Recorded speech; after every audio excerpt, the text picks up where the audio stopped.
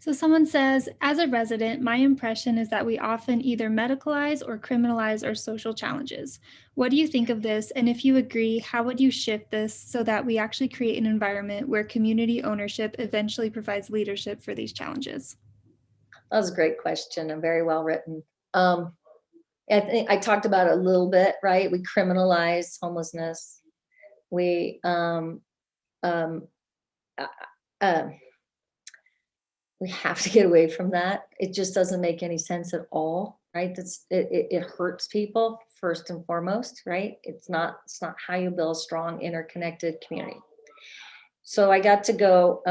The country of Canada chooses 6 legislators from the whole country, um, and they call it their Rising Leader program. And they chose me. I was like, what? Me? How? I don't even know. I was like, okay. And I had to go to the ethics committee to see if I could take the trip and everything. So they said, "It'll make you a better legislator. Go ahead." One of the stops was Vancouver, and we were honored to be able to tour a safe injection site, which is a very private sort of a thing. And they really wanted us to see how they were doing it. And it was the chief of police of Vancouver who took us, right? So people come in and they test their drugs. They give them a place to safely inject. They have a waiting room with a cup of tea, and then they go on their way. When they're ready, they're staffed with counselors. When they're ready, if they're ready, opt in to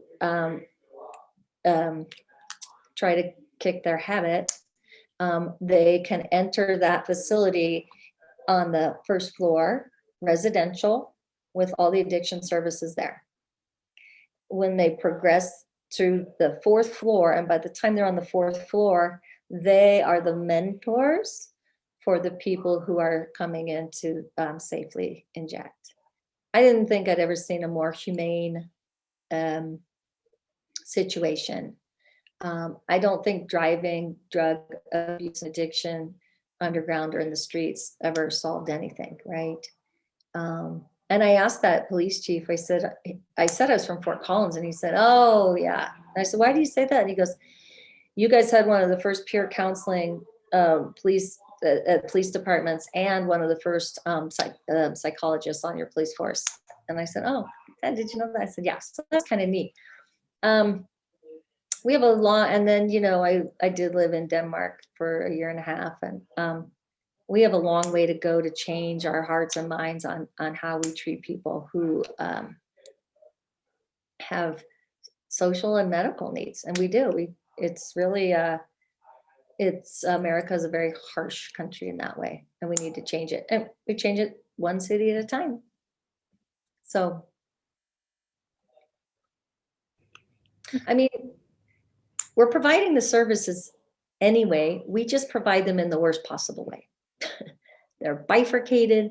They're not. I mean, we do some work through the Murphy Center, but at the end of the day, we have a social safety net. It's just terrible. And we make people pay for it time and time again.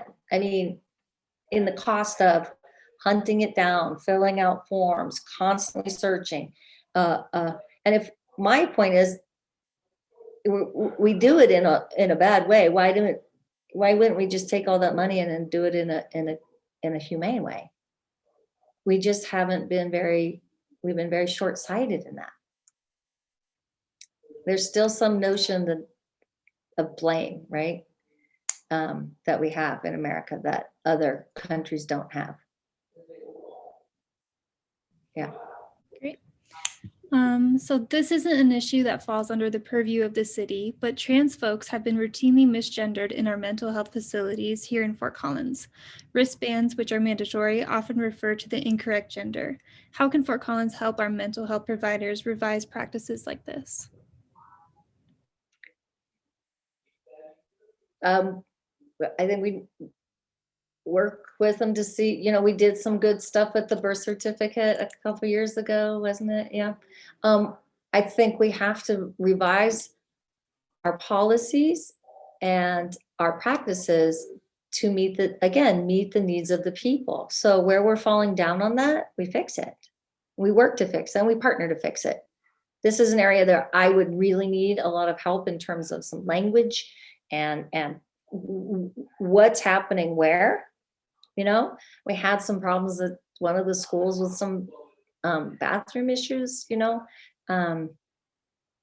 No, people are, uh, again, we revise our policies and practices to meet the needs of the people, not the other way around.